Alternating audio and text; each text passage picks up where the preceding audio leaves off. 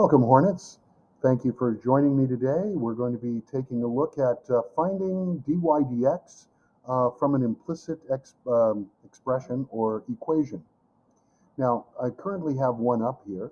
It is negative 3y plus 2 equaling 5x cubed plus x squared y. And when you first start a problem, what you want to do is try to identify any special rules that you might have. For example, in this one, we can clearly see that we have the product rule, which is the product of the x squared times y. That's going to be our difficult piece that we have to be careful with as we go through this. Everything else should be fairly straightforward. After all, we know that if we are taking our derivative in terms of x, the y does not match the variable of differentiation, and as such we will have a dy dx when we take the derivative. Now you can either write it as a dy dx, or you could write it as a y prime, whichever makes you feel comfortable. We know that the 2 is going to go to a 0, and because we have the 5x cubed, we know that it can be done normally. So the 3 is going to come down and multiply by the 5, and our power is going to drop to a 2. It's that x squared y that is our problem, and where we have to be very, very careful. So we're going to start off with the x squared first, following our product rule. Power drops down to a 2, and we leave the y alone. It is a sum, and then we have x squared, followed by the derivative of y, which is our dy dx. I'm just going to go ahead and rewrite it in terms of y prime, which is my preference, and it gives me the opportunity to simplify things that need to be simplified. Notice using the y prime makes this a lot easier to work with because I have less letters, it's less cluttered, and I don't have as much to stress over. Now, in order to do this, we have to have y prime on one side, and every y prime has to be there. It doesn't matter whether it's on the right or the left, as long as it is consistent. Since I have one y prime on my left, I'm going to move the negative x squared y prime with it. Now when I do, I end up with negative 3y prime minus x squared y prime is equal to the 15x squared plus 2xy. We have to factor out the y prime since there are two of them, and in order for us to solve for y prime, we have to have only one. So factoring out the y prime is easily done, leaving me a negative 3 minus x squared. And on the right side, I still have the 15x squared plus 2xy. I'm now able to divide both sides by the piece that I do not want that is attached to the y prime. Our answer for y prime has to be 15x squared plus 2xy divided by negative 3 minus x squared. Now, we have choices. For example, if I wish, I can factor out the negative from the denominator, and I can then rewrite it as a negative, and the denominator is a plus 3 plus x squared. And then I just have the numerator 15x squared plus 2xy.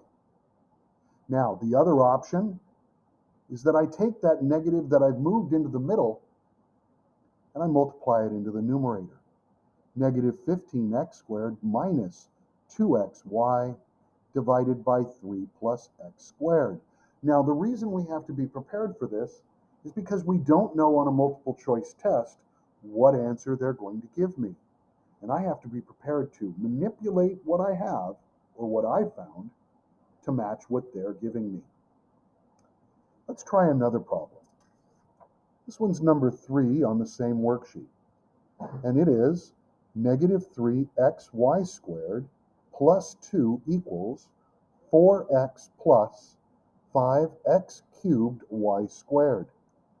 Now, as I look at this, the first thing I notice is I have two chain rule or power rules, two product rules.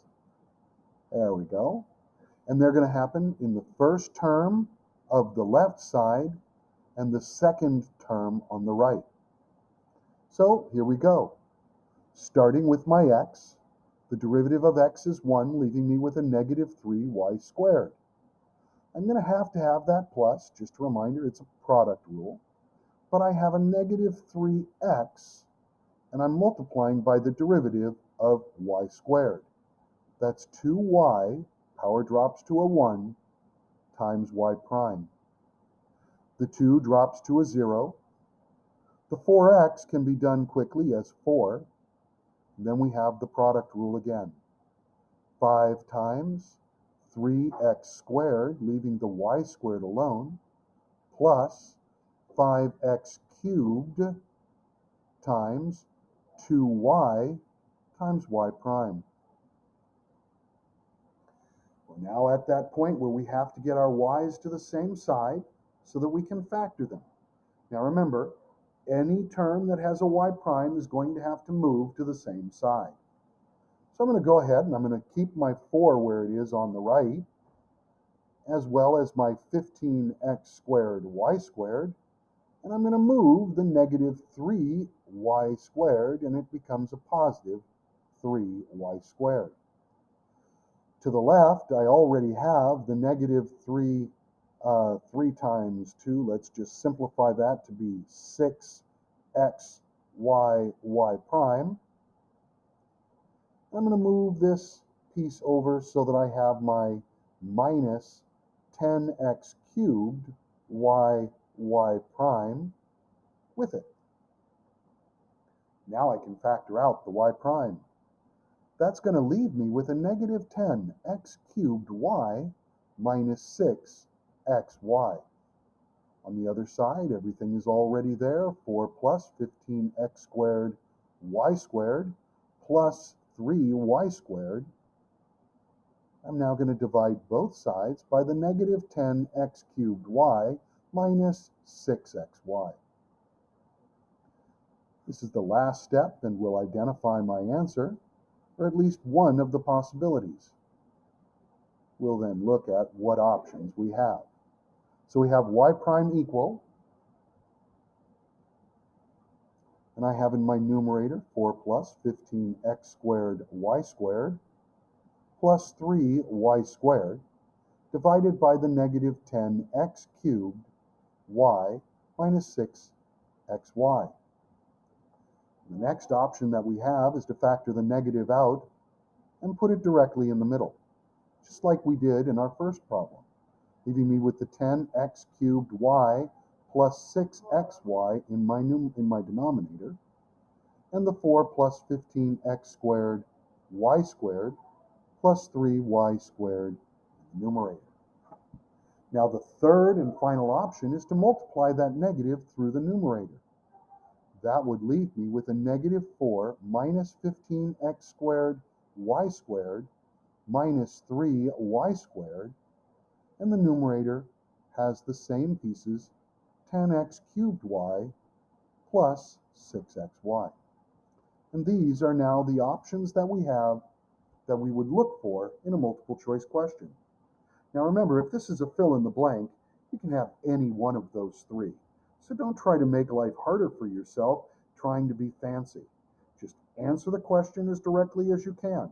If it's a multiple choice, do what manipulation is necessary, but don't make it harder than it has to be.